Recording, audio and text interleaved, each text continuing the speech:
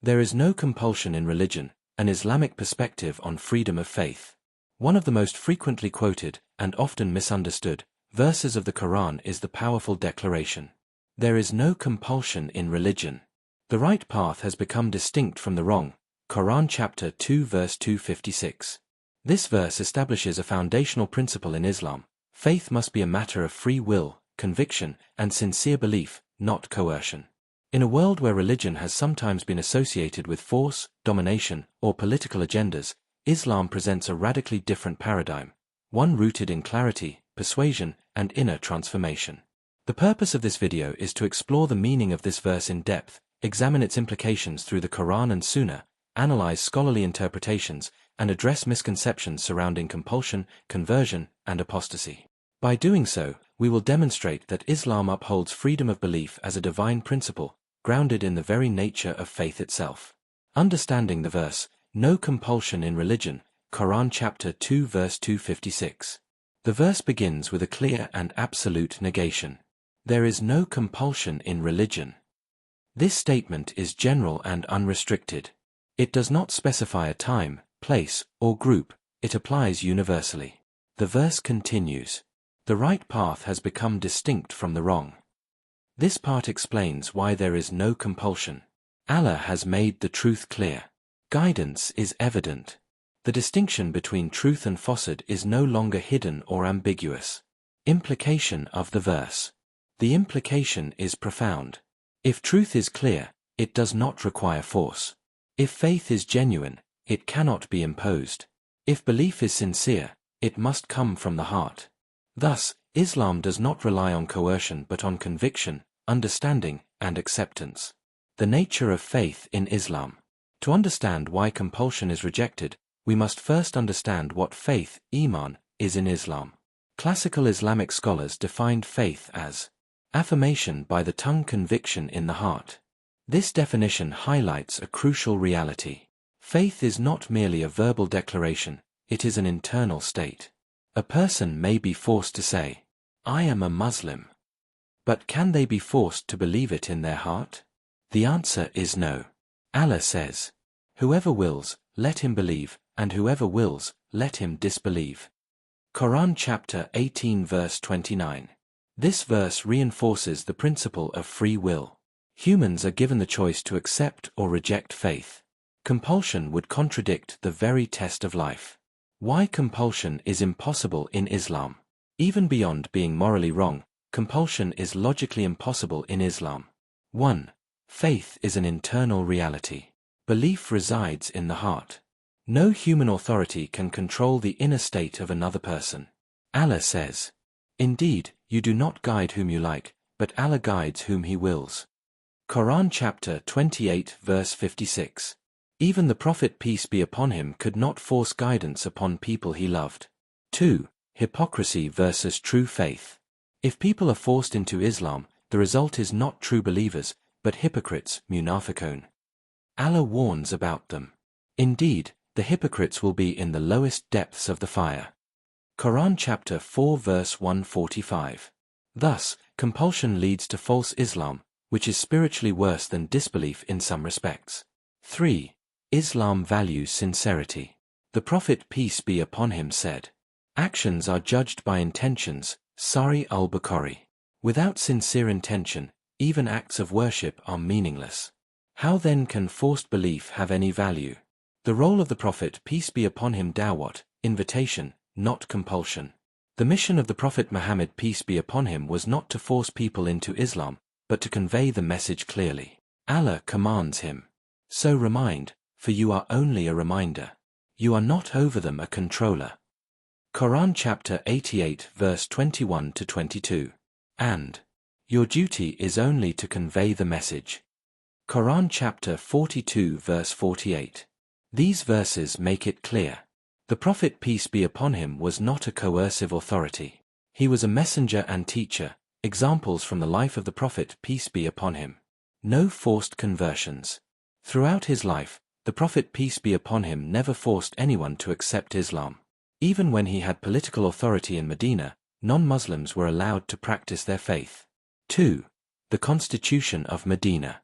The Prophet peace be upon him established a pluralistic society in Medina, where Jews, Muslims, and others coexisted. They were described as one community, Ummah. Each group retained its own religion. 3. Treatment of non-Muslims. The Prophet peace be upon him said, "Whoever harms a non-Muslim under covenant, I will be his opponent on the day of judgment." Sun Abu Dawud. This shows Islam's commitment to religious freedom and protection. Addressing the issue of apostasy.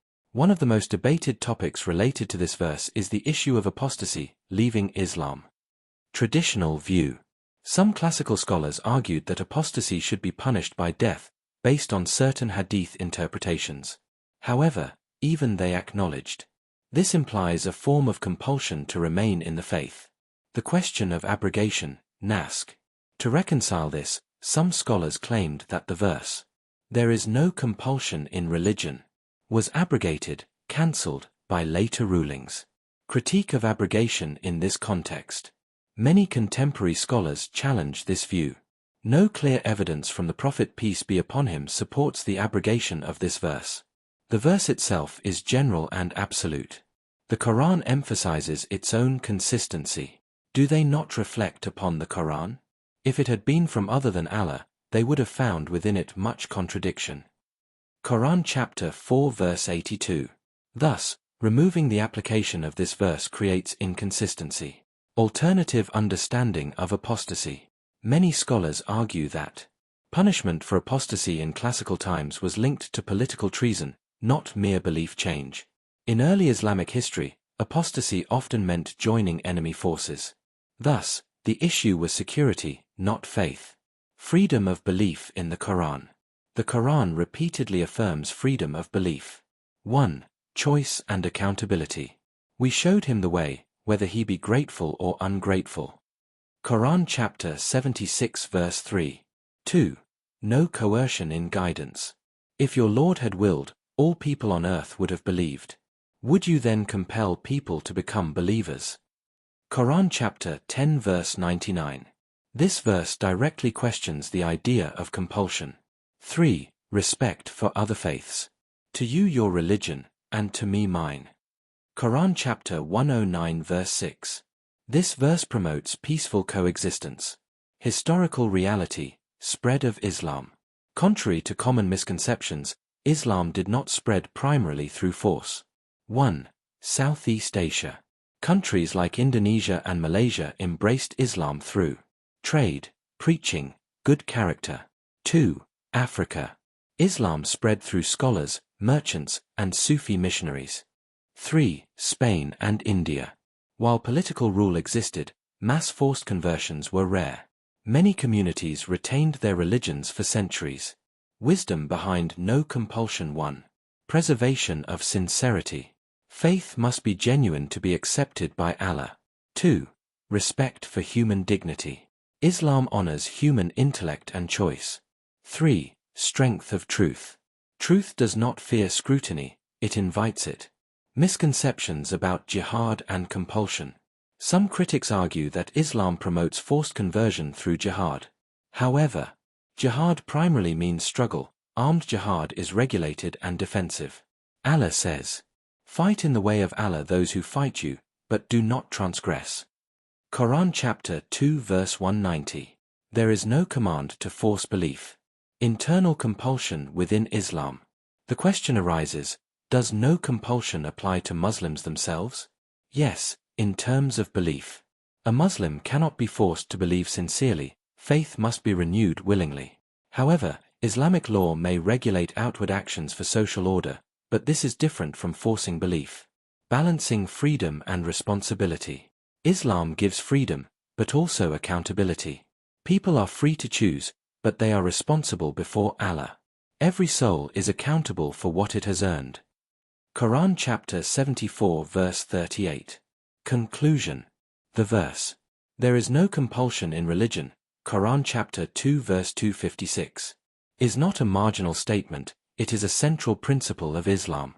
It reflects the nature of faith as sincere belief, the role of the Prophet peace be upon him as a messenger, not an enforcer, the clarity of truth in Islam. the dignity and freedom given to human beings. Compulsion contradicts the essence of Islam.